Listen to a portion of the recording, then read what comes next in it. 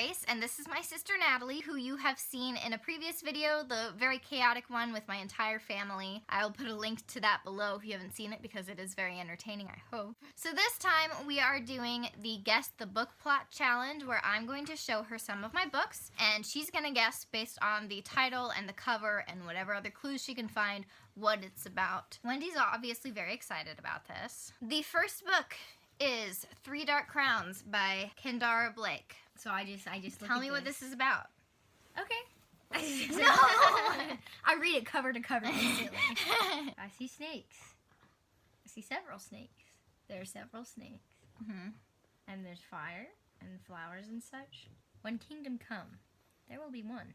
Well, long ago, I'm sure that the civilizations may have been more or less united, but they have since fractioned off into their three. See, I don't know if these are three kingdoms or if these are divisions. So maybe it's just like one kingdom, but there are like several divisions and they're all fighting for power. This has flowers, so it's got to be women.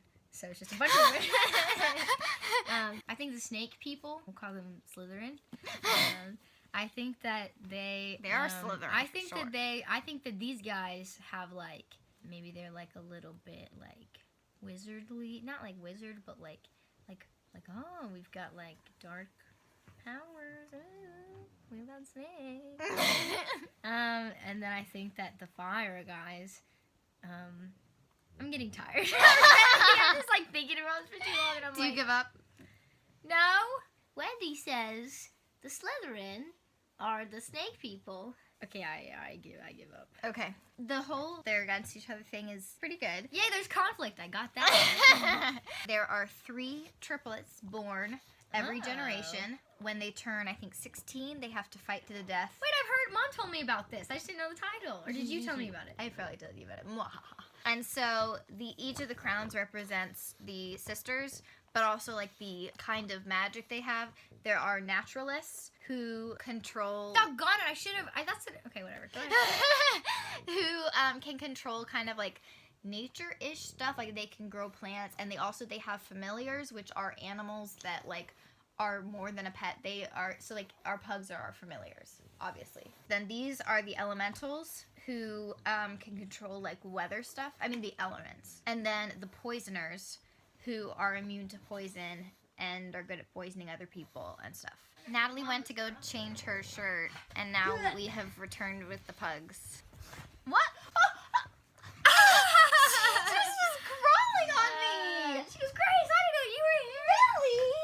Really? The next book is The Kingdom by Jess Rothenberg. Alright, tell me what this is about. For happily ever after isn't just a promise, but a rule. Interesting! So I might be overthinking this, but I feel like these castles look like Disney stuff. And so, but I feel like it could be like, these are people that like create, that like underlie like stories that are like produced. And so they like have to play certain parts and they have to follow the plot. Maybe they're like coded. They're told that they have to like follow this story so that it can be. Now I'm like, what am I talking about? What am I saying? You're pretty close. So, like, I feel You're like doing well. it's basically like, this is stupid, but you know freaking, like, Wreck-It Ralph? I feel like it's Wreck-It Ralph. I haven't seen that. So Wreck-It Ralph is like, it's like the characters in a video game, but they're like real things and they have to like do the video game things, and the guy's like, I don't want to be a bad guy anymore. So I feel like these are like the characters in like Disney stories. I feel like she could be like Snow White or something, and it's like she has to follow the story, like she has to, but she doesn't necessarily want to, but like for some reason her story's going to be exported for like entertainment or something of that sort, and she has to do it. Did I get it? You got it really well. It's not entirely accurate. So this is about basically a futuristic Disney World. Okay. And these like almost cyborg kind of women. Okay. They're created to be like the ultimate princesses, and so they look perfect. They have to act perfect. Like they follow this like code, but they are like programmed. Okay. And the lead eventually is like, I kind of feel like there's a problem with this. You got it really well, I think. Yeah, I was like, am I overanalyzing the fact that this looks like What's the Disney funny castle? is I've never even noticed the castles in the background, but it does look like the Disney castle, and that's very purposeful because it's basically a futuristic Disney. Do they ever say Disney, or do they just say no? like, They it's can't. a I don't think they princess can. World. Yeah, no. It's. Let me see if they have a. It's called The Kingdom. You got that one pretty good. Next book we've got is House of Salt and Sorrows by Aaron A. Craig. House of Salt and Sorrows by Aaron A. Craig. Oh, Wendy's tongue. Step inside a fairy tale, quotes Stephanie Garber. So, fairy tale. So I see a bit of an octopus here. Oh, that's a lot of elements of the octopus, the great and mighty. Other clues. House of Salt and Sorrows. This was one of my 5-star reads this year. So I would definitely say that this takes place in like an ocean kingdom. Don't react. Sorry. Not shake your head, Wendy. But what the heck with the octopus / squid? What the frick? And I see seahorses also. I feel like there might be like 2 kingdoms, and like one is like represented by an octopus, and one is represented by like seahorses. And like the seahorse people are the protagonists. And What are you doing, Wendy? and there's conflict and like some sort of war, and I feel like maybe the protagonist, whatever kingdom she's in, she doesn't like it. She's like, meh. This house is so full of salt and sorrows. It's so sorrowful and salty. So this is a 12 Dancing Princesses retelling. But with mermaids? No, not mermaids. No! The seahorses are just there because they... Doggone it. There's no... Why would you put multiple seahorses on there? They don't mean nothing. So the octopus is because the Thaumas family that lives on this island thing, their family crest is the octopus. So you Family got crest. that there's Family crest. Let's get it. There are 12 sisters. 4 of them have died in mysterious ways. Oh no. And so everybody thinks there's a curse on their family. You want to stretch it out? You can stretch. And there's a lot of mystery and many, many plot twists. It's a dark retelling of the 12 Dancing Princesses. Do you remember the 12 Dancing Princesses? I remember that she had a pink dress. Her name was Genevieve. So you're And they were thinking of the twins. Barbie movie. Next, we've got A Darker Shade of Magic by V. Schwab. Oh, see, and I've heard this name. Yes, you have, because A I Darker love Shade it. of Magic. Dude's got Move big your knee. ears. I need my knee to be here too. Are you gonna do that thing where you zoom in on my face? If you keep that in, you're gonna Probably. And there are maps. So I think this is like mystery. I think that this little possible, I would say elf, because he seems to have large ears, but those don't even look like, they look like floppy like dog. Like, I why don't are they think just- those are ears. Stop! Those are not ears. That's just part of the coat. Part of the coat? Yeah. What? Can you show the camera what you're talking about? Can you guys see? She thought these were ears. Like, I was like, what? Those are not ears. I think that he's like, well, he's still got a pointed chin, so I'm gonna go with the elfish thing. So I'm gonna say that he's like some sort of like elf guy. And I think he's like a private investigator. He's gonna like solve some, like, there's like a high profile person who's like, I need your skills. You need to tell me what happened to like someone's mysterious disappearance. I just don't know what the magic. I'm just gonna say there's magic involved. but it's a detective. He's a detective. A magical detective. Okay, Grace, tell me that I got it right. You got it wrong. So, this whole thing is he's jumping between worlds. Well, There he's are... like a he's got the gate. He's got the stance. His name of a is detective Kel. On a case. His on a name is cool Kel, case. and he can jump between... There are 4 different, basically alternate realities of London. I've heard this, but again, I don't know the titles. Yeah. Grey London is basically the Our real London. London. Yes. Then Red London is the one that he's from, and it is more magical, more of your like fantasy type of thing. Oh, you gotta show your socks to the camera. You got some good socks on. They're puggies. There's She got also a White London, which is more dangerous and devious and has these 2 rulers that are terrible, and they're basically the villains. And then Black London, which has actually been destroyed by magic because everybody there was so awful that their whole world got destroyed, basically. Womp womp. Next, we've got Roar by Cora Carmack. So she's a bit of a fighter. She's got various weapons attached to her person, maybe even concealing on the others under the voluminous skirt. In a land, I guess You can read that. I mean, anything on the covers is I wish I freaking... didn't read it. I feel like it's Yeah, that does... in a land ruled and shaped by violent magical storms. Power lies with those who control them. Doggone it! I wish I didn't read that. She likes the game to be fair. I can still get it very wrong, though. Yeah, I think that she can... I think she's one of the people who can control the storm, but maybe only in a certain aspect of it, like lightning. Like, maybe she can only control the lightning. She's also apparently pretty talented in hand-to-hand. Yeah, I'm thinking there's probably, like, some sort of corrupt, like, governmental something, and that she's probably gonna end up... Like, I think that's probably what she's, like, fighting. She seems like a kind of vigilante person, but I'm sure she'll get support. I don't have any other thoughts. Why is it called Roar? Called Roar because of the lightning, and it makes a loud sound like the roar. So her name is Aurora, and she goes by Roar. Okay. So that's the title. So she's the princess of this magical land, and yes, it's shaped by violent magical storms. All the people in the royalty, and she's the princess, are supposed to be able to have storm magic, and she doesn't. Doggone it! That's what I was like, she either does or she doesn't. One way or the other. She is to go off with this group of people who don't have your typical magic, but have found magic other ways, and she didn't know that was possible. And so she goes off with them and, like, disguises her identity and all that kind of stuff. And so she goes by Roar instead of Princess Aurora. Next, we've got To Kill a Kingdom by Alexander Christo, or however you pronounce that. I knew you were going to say that. A princess must have her prince. To kill a kingdom. Knife. Octopus. There are, yet again, underwater kingdoms. She's of the octopus boys. Family crest, maybe. I don't know. Maybe they actually have anatomical tentacles or whatever. I don't feel like they would do that. I feel like there's... Never mind. Nope. Not gonna get into it. I feel Wendy like has her chin on Belly. I feel like she So is sweet. like the princess of the octopus kingdom, and then there's... I'm gonna say the seahorse kingdom just because of the last one. I feel like there should still be that dichotomy: seahorse, octopus kingdom.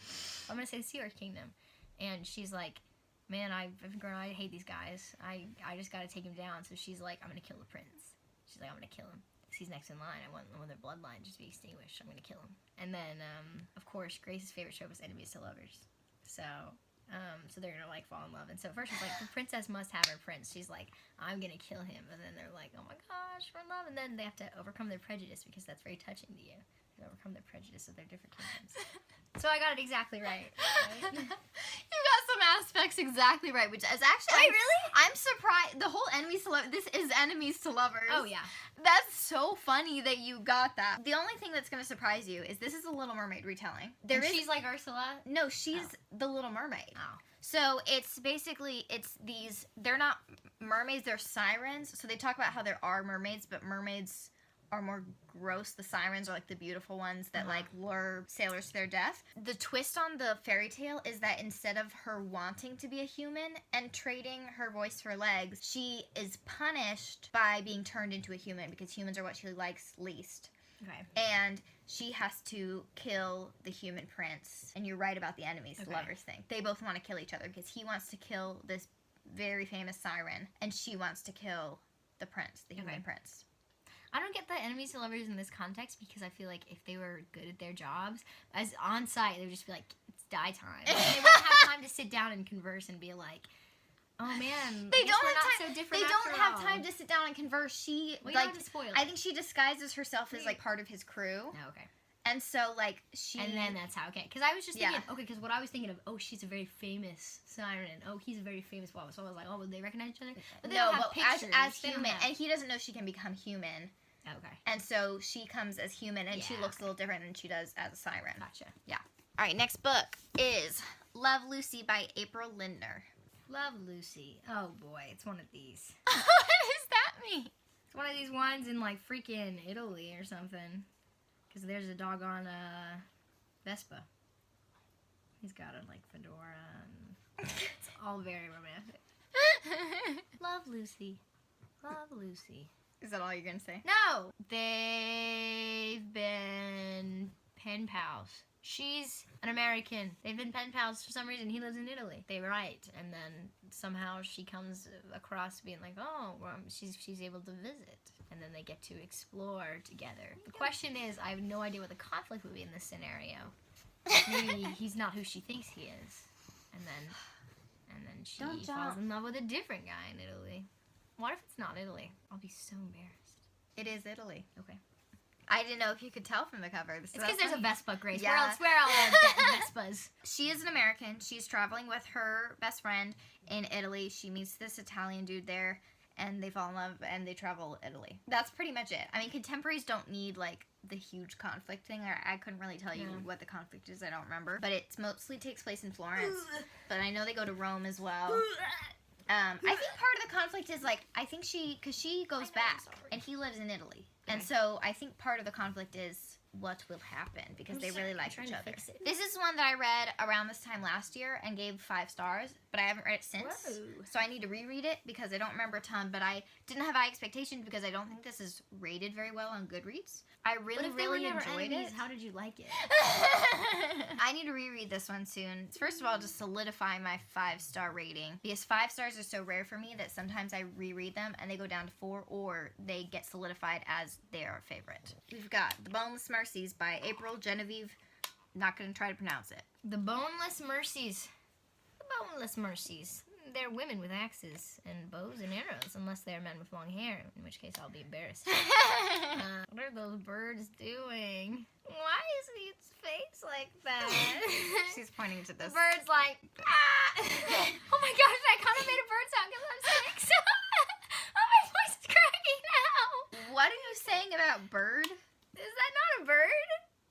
Okay, don't tell me. That looks like that's a bird with its head tilted back going, ah! Okay, you need to zoom out. Stop, your view. no, don't. No, I mean, like, this is literally not a bird. No, that's what I'm is saying. the silhouette? Don't tell me it's not a bird. Wait, what? Do you not see what animal this is? Oh, it's a wolf. I was like, what the heck? You cardinals. thought this was a bird. Yeah, here, no, they look like cardinals. Like, this is the guy. His face is tilted up here, and that's his beak, and he's just going, ah! And this guy's looking down at him. I was like, I don't like that. Like, the one bird's like dominating over the other, and the other guy's like, ah! Oh my god. Also, my voice is going, ah! All right, what's this book about? I wish you didn't tell me the wolf thing. I wish I would have just kept being like, these are some weird bird dynamics. Doggone it, you shouldn't have told me. Well, at first I was really confused. I was like, really where do you see a bird? Okay, no, I say that this is a troupe of women. They're just, like, mercenaries. So I think that they're just, like, on their own, doing their own thing, being cool. They hunt stuff. They fight people when they have to. But they're just kind of, like living their life. But then they get commissioned to, like, go, like, retrieve something or do something, and it, like, turns out to be, like bigger. And they're like, wow, we are a bunch of women, and we're fighting with axes, and we're so cool, and we're actually, like, we have, like a united, like, actionable goal now. I don't even know if I want to tackle the wolf thing. Are these women? They are women. Sweet. If I told you this was a retelling, what do you think it's retelling of? You're not going to guess. It's something Mom cares about. Something Mom cares about? Something Mom teaches. Nuh-uh, it's not. I actually don't know anything of the plot of, like, does Beowulf even involve? It's the retelling of Beowulf. With ladies. Yes. And I really know nothing about Beowulf. Me too. Even though, of course, we read it in high school. Beowulf is the guy. Yes. And Grendel's the monster. The monster. Yes. So, basically, the Boneless Mercies are this group of women who, they are basically assisted suicide. And so, in this fantasy world, they can go around, and people who are near death, they can poison them in a nice way so that they die nicely if they're going to die. Sounds like that's just a one-man job. It's not a lot. It's just 1, 2, 3, 4. There's 4 in this thing. I feel like it might be like 5. Maybe it's 4. I don't know. The whole like idea of this book is that this group, they're known for if you have like a terminal something and you are going to die, they will help you die mercifully. Why do they need axes for that? Well, because then they decide to go after the Grendel, the female Grendel. Ooh, Lady Grendel. Alright, second to last one. A Court of Thorns and Roses by Sarah J. Maas. Court of Thorns and Roses. It's a lady. I think dragons are involved. Her outfit's kind of scaly. Oh, Thorns and Roses. I think this has something to do with Sleeping Beauty because I think that she could be like a Maleficent character. She's dragon-esque. Thorns, briar rose, thorns, roses. Shoot, wait, roses doesn't have any. I thought roses did have something to do with that, but now I'm like, does it? You just have so many freaking retellings. I'm not even gonna look at you. I don't want to look at your face. Do you want me to tell you whether this is a retelling or not? Sure. No. Which one? Yeah, short. It is a retelling. It is a retelling. I picked so many retellings. Because I feel like Roses and Thorns. Thorns and Roses. Because I feel like that's a...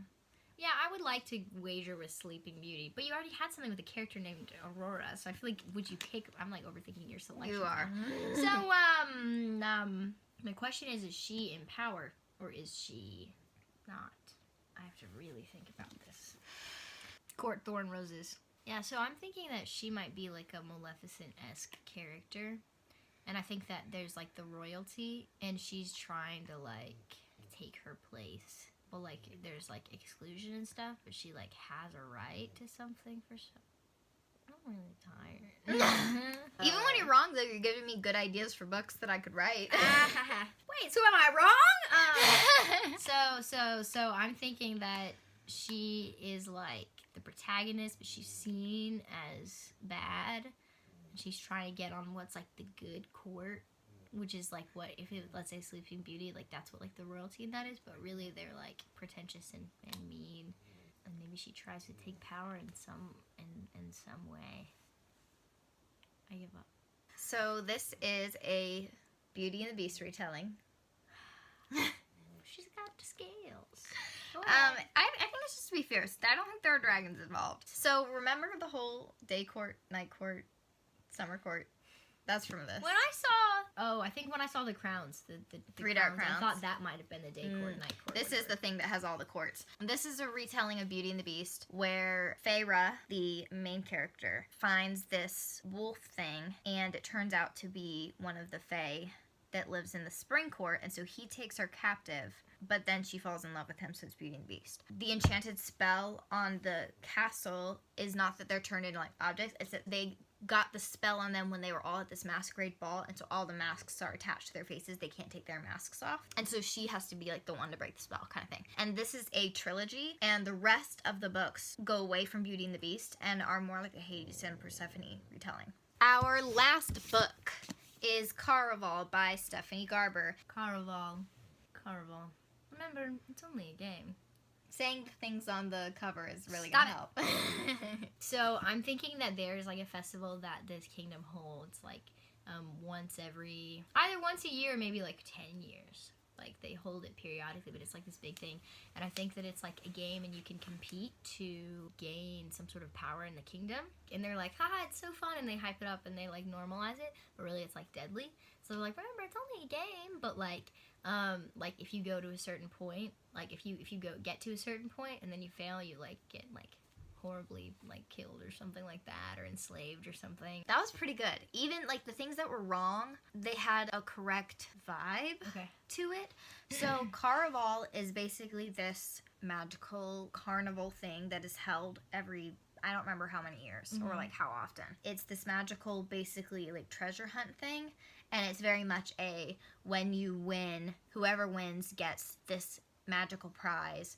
But there are dangers that are, like, it's only a game, but, like, there are things that are actually dangerous. So you kind of got that right there. So the main characters, like, play this game and find, like, the darkness of it and all that kind of stuff. Because, first of all, it's about these two sisters, Scarlet and Tella. Tella really wants to go to Caraval. Scarlet is more safe and wants to stay home and doesn't think that this is a good idea. But they go. And Tella is captured. And the game... It's like, if you find this girl, you win. So what did you think of this challenge? I think the House of Salt and Sorrows is wrong. I think that's the only one that I really think is wrong. Like, that's on them. Otherwise, I feel like I did quite, I don't know. I did pretty well. I'm really tired. You're just getting more exhausted as this is going on. I think it was entertaining. I think sometime in December I'm going to make Michael do this. Oh, God. I'm going to make our brother do this, and it'll be way more awful. I know tropes. Michael be like, what's a trope? Thank you for watching, and goodbye. Did I say goodbye too? You can say goodbye too if you want. That's all.